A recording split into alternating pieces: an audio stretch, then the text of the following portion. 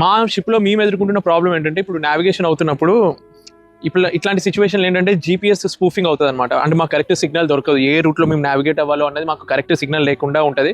ఎప్పుడైతే correct GPS location మాకు దొరుకుతుందో దానికి కొన్ని మాన్యువల్ చార్ట్ టెక్నిక్స్ తోటి దాని రూట్ మ్యాపింగ్ చేసుకుంటూ మేము వెళ్ళాల్సి ఉంటుంది. అటువంటి కొన్ని టెక్నికల్ ఇష్యూస్ అయితే ఉంటాయి నావిగేషన్ పరంగా. బట్ తొందరగా రేపు ఈవినింగ్ కల్లా అయితే మేము దుబాయ్ యాంకర్కి రీచ్ అవుతాము. మామూలుగా నేను ఎప్పుడు నా షిప్ లొకేషన్ ఎక్కడికి వెళ్తుంది, ఏ పోర్ట్లో ఉంది, అది ఎప్పుడు చెప్పేది కాదు. ఇప్పుడు కొంచెం ఎందుకో చెప్పాలి అనిపించింది, ఎందుకంటే నా సేఫ్టీ కోసము మా ఇంట్లో వాళ్ళకి కూడా చెప్పాలి కాబట్టి ఈ లొకేషన్ గురించి చెప్పాను. నిజం చెప్పాలంటే ఈ దుబాయ్, గల్ఫ్ కంట్రీస్ వీటన్నిటిలో మన ఇండియన్స్ చాలా మంది ఉంటారు. అప్పుడప్పుడు ఆ ఏరియాస్లో మనం వెళ్తే మనం ఇండియాలోనే ఉన్నామా లేదంటే కేరళలో ఉన్నామా అన్న రేంజ్లో కొన్ని ఏరియాస్ ఉంటాయి అనమాట. సో ఇండియాలో ఉన్న వాళ్ళైతే వాళ్ళ రిలేటివ్స్ అందరూ ఎట్లున్నారా అని చెప్పి ఆ టెన్షన్లో అయితే ఉన్నారు. మెయిన్గా ఇంకా ఇరాన్లో కూడా మెడిసిన్ చదవడానికి, ఎంబీబీఎస్ చేయడానికి కూడా మన ఇండియన్ స్టూడెంట్స్ ఉంటారనమాట. సో వాళ్ళ ఫ్యామిలీస్ కూడా ఫుల్ టెన్షన్లో ఉన్నారు.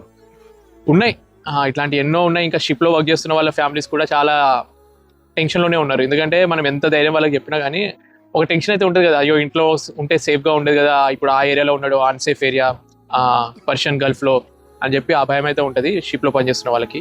ఈ విధంగా మనం ఎక్కువ ఎఫెక్ట్ అవుతున్నాం. ఆర్థికంగా పెట్రోల్ డీజిల్ పెరిగితే అది తర్వాత, కానీ ప్రాణాలు అయితే ఇంపార్టెంట్ కాబట్టి సో ప్రతి ఒక్కరి భయం అదే, వాళ్ళు సేఫ్గా ఉన్నారా, మా వాళ్ళు సేఫ్గా ఉన్నారా, ఈ భయం అయితే మన వాళ్ళలో చాలా ఉంది.